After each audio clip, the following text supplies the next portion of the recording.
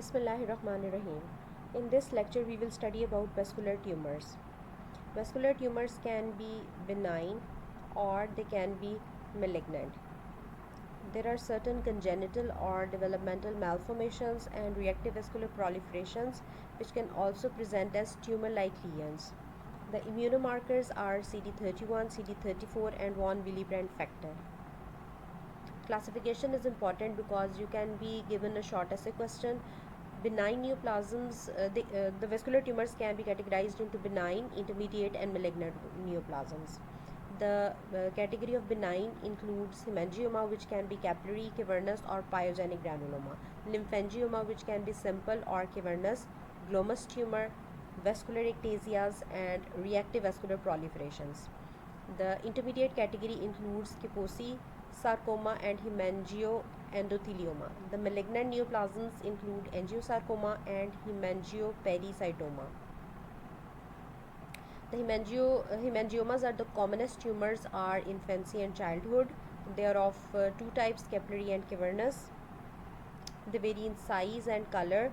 On microscopy, you will appreciate unencapsulated aggregates of closely packed, thin-walled capillaries, which are usually blood-filled. They are lined by flattened endothelium and separated by scant connective tissue stroma. Lobular capillary hemangioma is also known as pyogenic granuloma or granuloma gravidarum.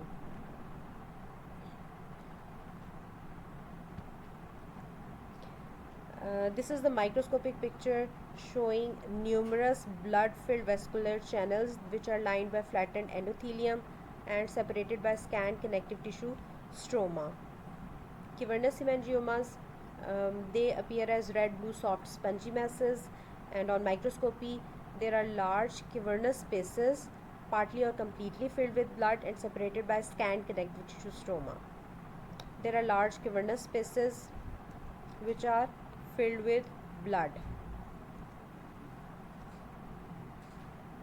This is hemangioma of the tongue and this is its histological appearance.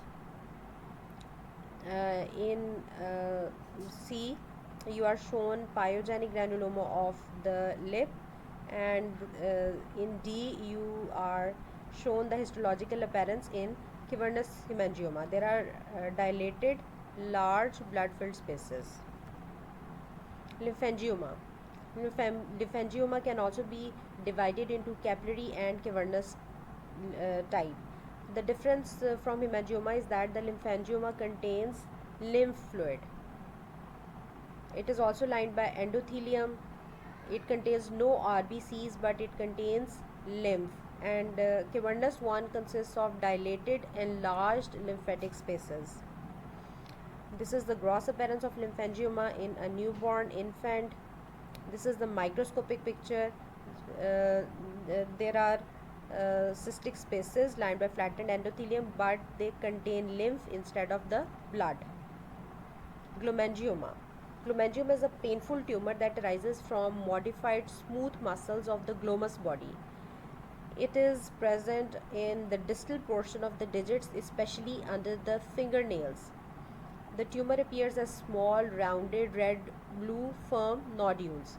On microscopy, you will appreciate branching vascular channels separated by stroma containing aggregates and nests of specialized glomus cells, typically arranged around blood vessels. Here you have been shown a glomus tumor in the fingertip. This is the microscopic picture. There are nests of glomus cells which are arranged around blood vessels. This is the high power view. Now coming to the vascular ectasias, these include nevus flammeus, spider telangiectasia, hereditary hemorrhagic telangiectasia and bacillary angiomatosis. Nevus flammeus, port wine stain or nevus flammeus, it is a vascular birthmark consisting of superficial and deep dilated capillaries and in the skin which produce reddish to purplish discoloration of the skin. Port wine stain is a part of the family of disorders known as vascular malformations. This is the gross picture of the port wine stain. Bacillary angiomatosis. It is basically capillary proliferation accompanied by acute inflammation, and certain bacteria can be seen in this entity. Bacillary angiomatosis is lobular proliferation of capillaries with ectatic vessels lined by prominent endothelial cells in edematous stroma. And on Warden's starry special stain, you will appreciate Bartonella organisms. Intermediate grade tumors, also known as low grade malignant tumors or borderline vascular tumors. These include Kaposi sarcoma. It is important because it is given in short essay question. It is associated with AIDS. It is of four types: chronic, classical, European, lymphadenopathic. These two are not associated with HIV. Transplant associated and AIDS associated Kaposi sarcoma. Its pathogenesis involves HHV8 or Kaposi sarcoma herpes virus. Chronic KS, it is also known as classic or European KS. It is seen in older men of Eastern European descent, Ashkenazi Jews or Mediterranean descent, and it is uncommon in US. It can be associated with underlying secondary malignancy or altered immunity, but it is not associated with HIV. Patients present with multiple red to purple skin plaques or nodules, usually in the distal lower extremities, and then they spread more proximally. Lymphadenopathic Kaposi sarcoma is also known as African or endemic. It is prevalent among the South African Bantu children, and it is also not associated with HIV. Skin lesions are sparse and patients present with lymphadenopathy due to KS involvement, and it involves viscera and is extremely aggressive. Transplant associated KS, it occurs in the setting of solid organ transplantation and long term immunosuppression. It can be aggressive, even fatal, with nodal, mucosal, and visceral involvement. Cutaneous lesions may be absent. And AIDS associated or epidemic Kaposi sarcoma, it is found in third of AIDS patient, particularly in male homosexuals, and most patients eventually die of opportunistic infections rather than from Kaposi sarcoma. Morphology: on the skin you can appreciate patches, plaques, or nodules. This is the gross appearance of the lesions. You can appreciate cutaneous red, purple macules and plaques. And on microscopy, you can appreciate plump proliferating spindle cells and slit-like vascular spaces.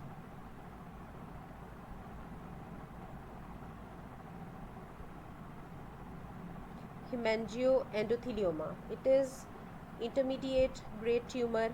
On microscopy, there will be branching network of vessels lined by slightly pleomorphic endothelial cells.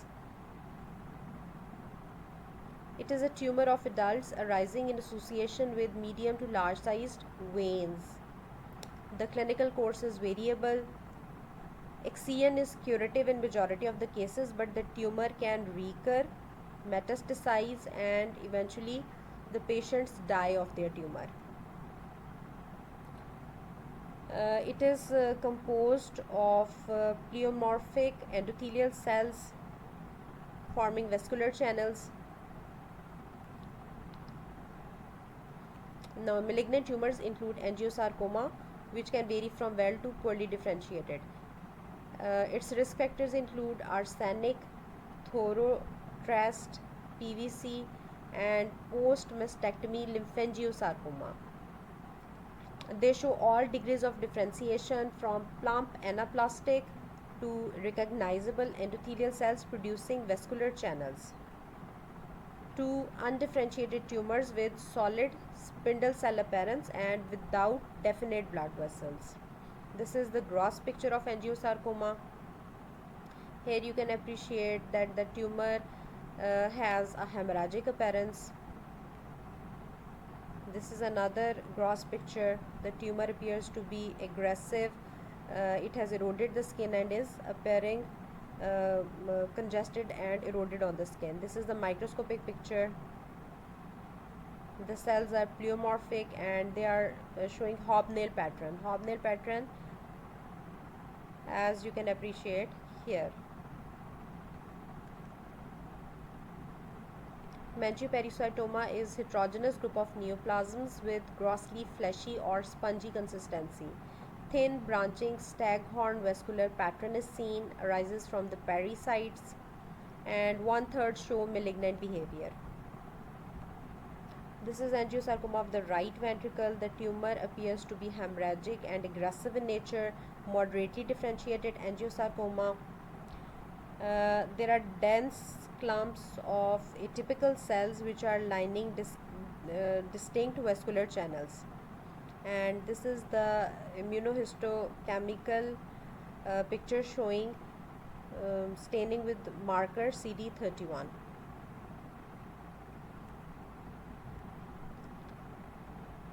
As I've already told you that the vascular tumors are diagnosed by CD34 and CD31. You were left with two topics. One is cardiomyopathy. I will briefly describe from this table. There are three types of cardiomyopathies: dilated, hypertrophic, and restrictive. Dilated one is associated with systolic dysfunction, while the other two are associated with diastolic dysfunction.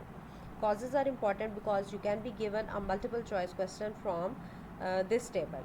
Causes of dilated cardiomyopathy can be genetic, alcohol, peripartum, myocarditis, hemochromatosis, chronic anemia, doxorubicin, a drug, adriamycin, sarcoidosis, and idiopathic.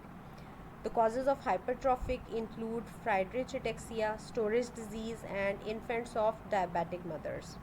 And restrictive, amyloidosis, radiation-induced fibrosis, and it can be idiopathic. Pericardial disease, pericardial lesions are associated with pathologic process elsewhere in the heart or surrounding structures. They include effusions and inflammatory conditions. Pericardial effusions can be serous, and the causes of serous are congestive heart failure and hypoalbuminemia of any cause.